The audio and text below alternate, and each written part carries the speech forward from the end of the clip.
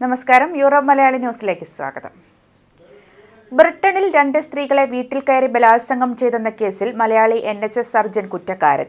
6 ദിവസത്തെ പുനർവിചാരണയ്ക്ക് ശേഷമാണ് സനിൽ കൊരമ്പയിൽ എന്ന 34-കാരനെ കുറ്റക്കാരനായി വിധിച്ചത്. 2023-ൽ റദ്ദാക്കിയ കേസിൽ പുനർവിചാരണ നടന്നതോടെ കുറ്റക്കാരനായി കണ്ടെത്തുകയായിരുന്നു. റിവോൺ, ട്രൂഡോ ആശുപത്രികളിൽ ട്രെയിനി സർജനായി ജോലി ചെയ്യവെയാണ് ഡോക്ടർ സ്ത്രീകളുടെ വീടുകളിലെത്തി 2 വ്യത്യസ്ത കേസുകളിൽ ബലാത്സംഗത്തിന് ഇരയാക്കിയത്. 14 വർഷത്തെ ജയിൽ ശിക്ഷയാണ് കോടതി സലിലിന് വിധിച്ചിരിക്കുന്നത്. തന്റെ ഇരകളിൽ ഒരാളുടെ പശ്ചാത്തലം അന്വേഷിക്കാൻ 34-കാരനായ ഡോക്ടർ സ്വകാര്യ അന്വേഷകനെ നിയോഗിച്ച വിവരം പുറത്തുവന്നതാണ് പുതിയ തെളിവായി മാറിയത്. ലൈംഗിക വേട്ടക്കാരനായ സലിൽ രോഗികളുടെ ആത്മവിശ്വാസം നേടി വീടുകളിലെത്തി ബലാത്സംഗത്തിന് ഇരയാക്കുകയാണ് ചെയ്തിരുന്നതെന്ന് പ്രോസിക്യൂട്ടർ ചൂണ്ടിക്കാണിച്ചു. ബലാത്സംഗത്തിനിടെ ഇരകളെ ഇയാൾ ശ്വാസം മുട്ടിക്കുകയും ചെയ്തു. സലിലിനേക്കാൾ 16 വയസ്സ് മുതിർന്ന സ്ത്രീക്ക് ഫേസ്ബുക്കിൽ സന്ദേശമയച്ചാണ് ഇയാൾ അടുത്തത്. ഒരിക്കൽ നേരിൽ കണ്ടുമുട്ടുകയും പരസ്പര സമ്മതത്തോടെ ലൈംഗികതയിലേക്ക് എത്തുകയും ചെയ്തു. എന്നാൽ ഇതൊരിക്കലും ആവർത്തിക്കരുതെന്ന് സ്ത്രീ പറഞ്ഞെങ്കിലും പിന്നീട് വീട്ടിലെത്തിയ സലിൽ ഇവരെ ബലാത്സംഗത്തിന് ഇരയാക്കുകയായിരുന്നു. മുറി വാടകയ്ക്ക് നൽകാനുണ്ടെന്ന് പരസ്യം നൽകിയ സ്ത്രീയായിരുന്നു രണ്ടാമത്തെ ഇര. ഇത് അന്വേഷിച്ചെത്തിയ സലിൽ പിന്നീട് ഫോണിൽ ബന്ധപ്പെടുകയും വീട്ടിലെത്തുകയുമായിരുന്നു. ഒരുമിച്ച് ഭക്ഷണം കഴിച്ചതിന് ശേഷം ബോധക്ഷയം ഉണ്ടായ സ്ത്രീയെ ഇയാൾ 2 തവണയാണ് ബലാത്സംഗത്തിന് ഇരയാക്കിയത്. ആൻഡി ബേൺഹാമിന്റെ വരവ് ആയിരക്കണക്കിന് കെയർ വർക്കർമാർക്കും അവരുടെ കുടുംബാംഗങ്ങൾക്കും ഗുണമായി മാറുമെന്ന് ഇപ്പോൾ റിപ്പോർട്ടുകൾ വ്യക്തമാക്കുന്നു. UK-യിൽ പെർമനന്റ് റെസിഡൻസി ലഭിക്കാൻ 10 വർഷം കാത്തിരിക്കേണ്ടി വരുമെന്ന ഭീതിയിൽ നിന്നും വിദേശ കെയർ വർക്കർമാർക്കും പ്രിയപ്പെട്ടവർക്കും ഇളവ് ലഭിക്കുമെന്നാണ് റിപ്പോർട്ട്.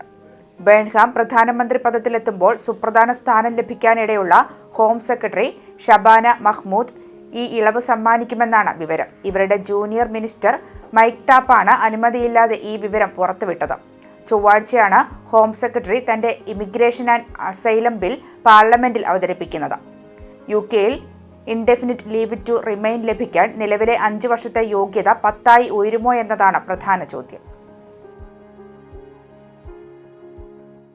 എബോള ഭീഷണിയുടെ പശ്ചാത്തലത്തിൽ ഇന്ത്യയിലേക്ക് വരുന്ന എല്ലാ അന്താരാഷ്ട്ര യാത്രക്കാർക്കും കേന്ദ്ര സർക്കാർ പുതിയ നിർദ്ദേശം നൽകിയിരിക്കുകയാണ്.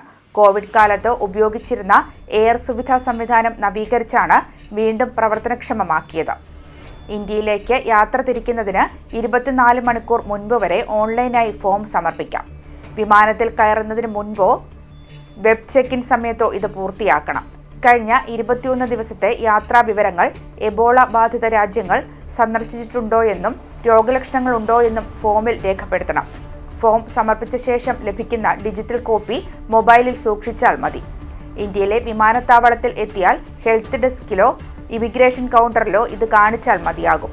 പേപ്പർ ഫോമുകൾ ഇനി വേണ്ട. യാത്രക്കാരുടെ ആരോഗ്യ വിവരങ്ങൾ വേഗത്തിൽ പരിശോധിക്കാനും രോഗവ്യാപനം തടയാനുമാണ് പുതിയ സംവിധാനമെന്ന് കേന്ദ്ര സർക്കാർ അറിയിച്ചു. ഇസ്ലാമാബാദിൽ മുൻ പാക് ക്രിക്കറ്റ് താരം ഷോയിബ് അക്തറിന്റെ സഹോദരന്റെ സംസ്കാരം നടക്കുന്നു. ഒരു സ്വകാര്യ നിമിഷം. പക്ഷേ ആ ചടങ്ങിൽ പങ്കെടുത്ത ആളുകളെ കണ്ട് ഞെട്ടുകയാണ് ലോകം.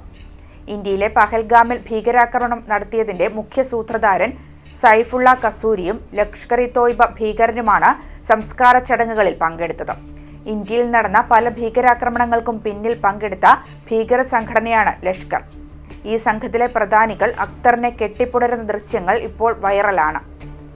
മുംബൈ, പഹൽഗാം ഭീകരാക്രമണങ്ങൾക്ക് നേതൃത്വം നൽകിയവരാണ് ലഷ്കറും അതിന്റെ നേതാക്കളും. കസൂരിക്ക് പുറമെ ലഷ്കറിന്റെ രാഷ്ട്രീയ വിഭാഗമായ പാകിസ്ഥാൻ മർക്കസി മുസ്ലിം ലീഗ് പ്രസിഡന്റ് ഇനാം ഉർ റഹ്മാനും സംസ്കാര ചടങ്ങിനെത്തിയിരുന്നു. കസൂരി ഉൾപ്പെടെ തീവ്രവാദികൾ പൊതുപരിപാടികളിൽ പങ്കെടുക്കുമ്പോൾ ഇന്ത്യ വിരുദ്ധ തീവ്രവാദികൾക്ക് പാകിസ്ഥാൻ നൽകുന്ന പിന്തുണയാണ് വീണ്ടും വെളിച്ചത്ത് വരുന്നത്.